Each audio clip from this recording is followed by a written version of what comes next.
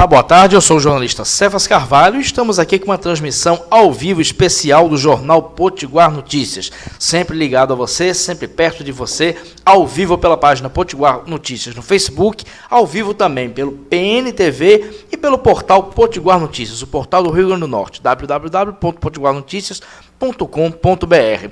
Nós conversamos hoje no programa sobre cidadania, sobre direitos, sobre município de Parnamirim com o secretário de Planejamento e Finanças e agora estamos com o advogado Agostinho dos Santos, que é advogado trabalhista, que vai falar sobre um assunto de extrema importância, a nova lei trabalhista e como ficam as relações entre patrões e empregados. Vamos saudar nosso convidado.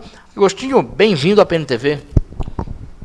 Bem, obrigado e boa tarde a todos. E vamos tirar algumas dúvidas aqui e tecer alguns comentários acerca do novo projeto de lei e da aprovação das relações de trabalho e tirar algumas dúvidas que, porventura, o pessoal venha a ter com relação a esse projeto. Dúvidas, acho que todo mundo tem muitas, né? A reforma trabalhista virou lei, né? Foi sancionada pelo presidente Michel Temer. Entre as muitas dúvidas, Agostinho, nós vamos elencá-las aqui, está em relação aos chamados direitos já consolidados. Como é que vai ficar? 13º, fundo de garantia, afinal de contas, isso vai continuar como está ou muda? Com relação ao 13º, há a possibilidade dele permanecer na forma como está, mas de uma forma aonde o empregador, por meio do acordo coletivo, ele vinha fracionar essa sistemática.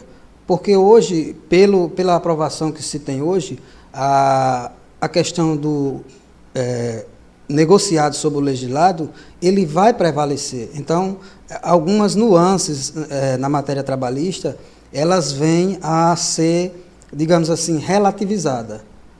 Muitas pessoas, principalmente quem defende a nova reforma, colocou como prioritário a questão da macroeconomia.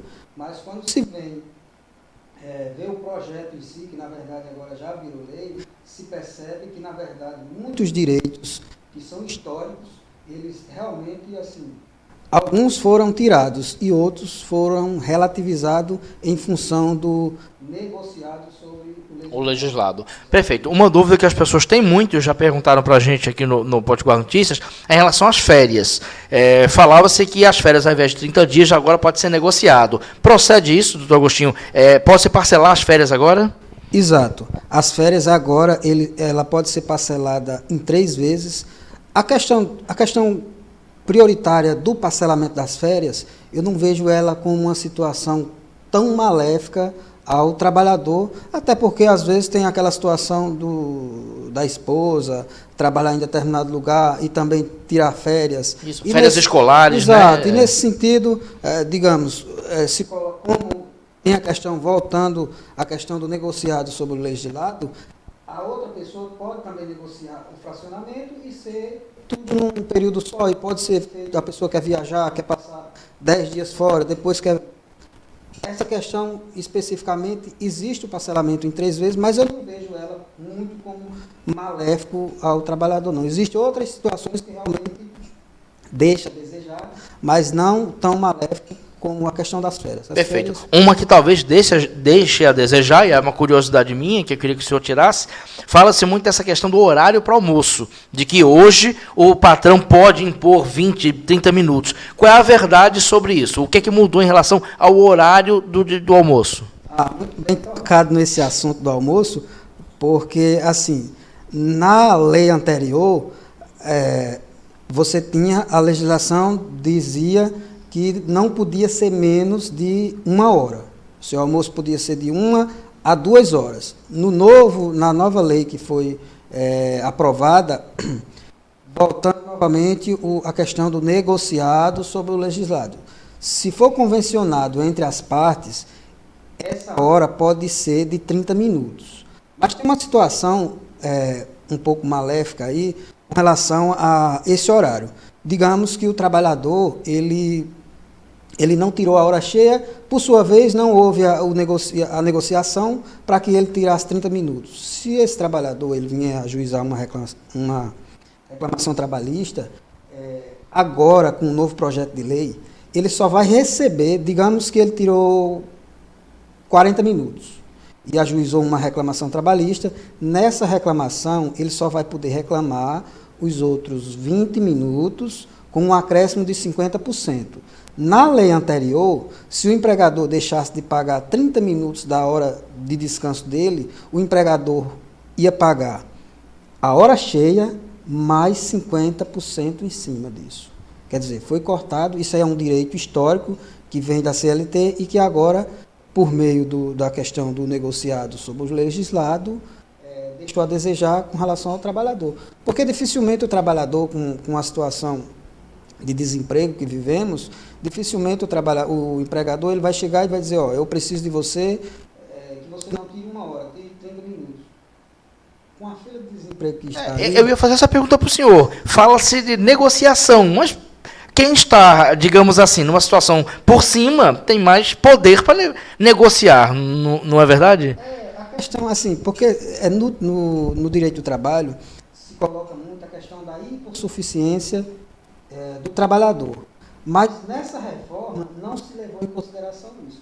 Porque quando coloca a questão do negociado sobre o legislado, tudo bem que tem que ter a presença do sindicato, mas tem algumas nuances que a negociação ela é patrão-empregado. Quando o senhor fala negociação, essas negociações são coletivas ou são individuais? Tem alguns pontos que são individuais, mas, no geral, ela é por meio do sindicato. Um exemplo prático seria do empregado doméstico. Na legislação 150 de 2015, prevê justamente essa questão. O trabalhador ele pode conversar com o patrão, negociar ali entre eles e ele tirar apenas 30 minutos. Não há ilegalidade nisso aí. E foi uma coisa que foi implantada agora com o novo projeto, que, a meu ver, é um pouco maléfico ao trabalhador, tendo em vista a questão da hipossuficiência. Da hipossuficiência. Perfeito. Que uma coisa que eu percebo muito nas discussões de redes sociais é justamente essa, porque na hipótese, por exemplo, de uma empresa pequena, com 5, 6 funcionários, a partir do momento que a negociação é feita à revelia do sindicato, a partir do momento que o patrão pede, da forma dele, que seja meia hora, uma vez que os 5 empregados digam, mas nós não queremos meia hora, queremos 1 hora, esse patrão não poderia simplesmente substituir esses funcionários ou fazer uma pressão? Ou seja, essa é a questão da hipossuficiência, né?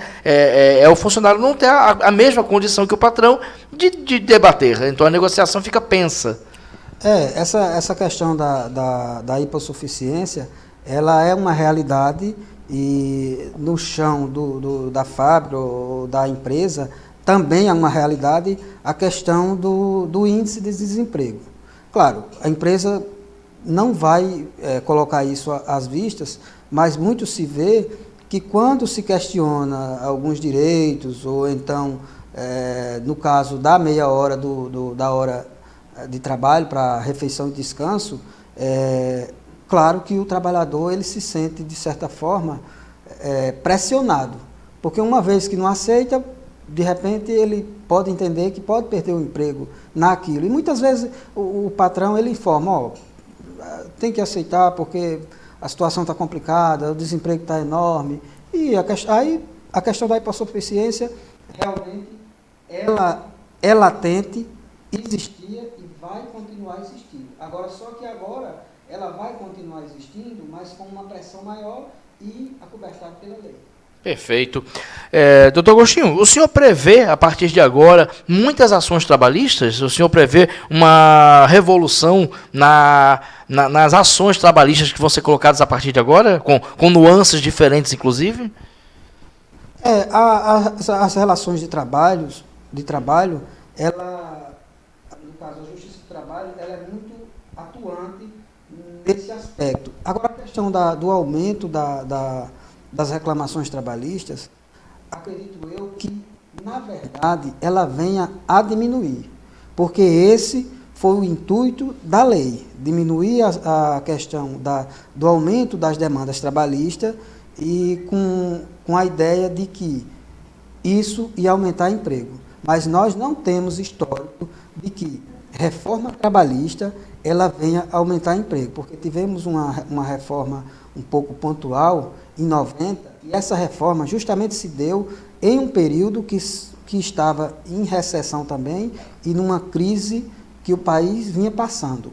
Hoje tivemos a mesma situação no momento de crise, e assim, eu assisti uma entrevista do relator do projeto, que é inclusive é um potiguar, né, que é o deputado Rogério Marinho, e ele colocou que era necessário, em virtude da macroeconomia, para uma geração de emprego, toda essa situação. Eu até entendo que as nossas relações de trabalho ela deveria ser modernizada, mas não da forma como está. Teria sido necessário um amplo debate, um debate com a sociedade, com todos os envolvidos? Isso, o debate ele seria fundamental, até porque todos os segmentos iam colocar os seus pontos de vista, e assim, alguns pontos que foram colocados poderiam ter sido retirados.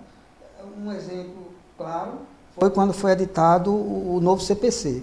Foram vários segmentos ouvidos e, assim, ele teve situações que realmente aqueles segmentos colocaram alguns artigos e realmente não deixou a desejar. Já com relação à nova reforma, não teve um amplo debate, a coisa aconteceu muito rápido, assim, às pressas, e agora com a aprovação foi muito mais apressado ainda do que a tramitação processual. O que deixa a reforma sob suspeita, não é, doutor Agostinho? Porque qual a necessidade de tanta pressa, de tanto toque de caixa, se ela é benéfica para todo mundo?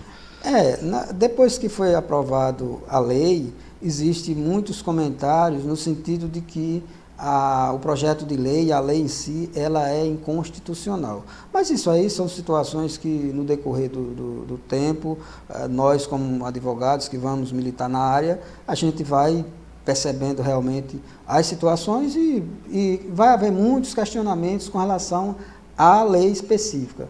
Claro, o legislador originário, ele votou a lei, foi aprovada, assim, num momento democraticamente legal a aprovação, mas muitas situações que percebo eu e alguns advogados trabalhistas também vêm nessa linha de que há inconstitucionalidade em alguns pontos ali com relação à aprovação da lei. Perfeito. Estamos conversando com o advogado Agostinho dos Santos, advogado trabalhista, falando sobre a polêmica reforma trabalhista que se tornou lei.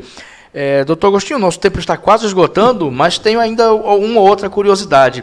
Eu li agora nas redes sociais, em matérias bastante interessantes, reclamação de movimentos de mulheres em relação a como essa lei é nociva para as mulheres. E um item da qual não tenho muitos detalhes para poder debater é em relação a aspectos em relação a mulheres grávidas, a trabalhadoras grávidas, que poderiam agora trabalhar em condições de insalubridade, em condições negativas. Qual é, na sua análise, como é que ficou com a reforma trabalhista a situação da mulher trabalhadora?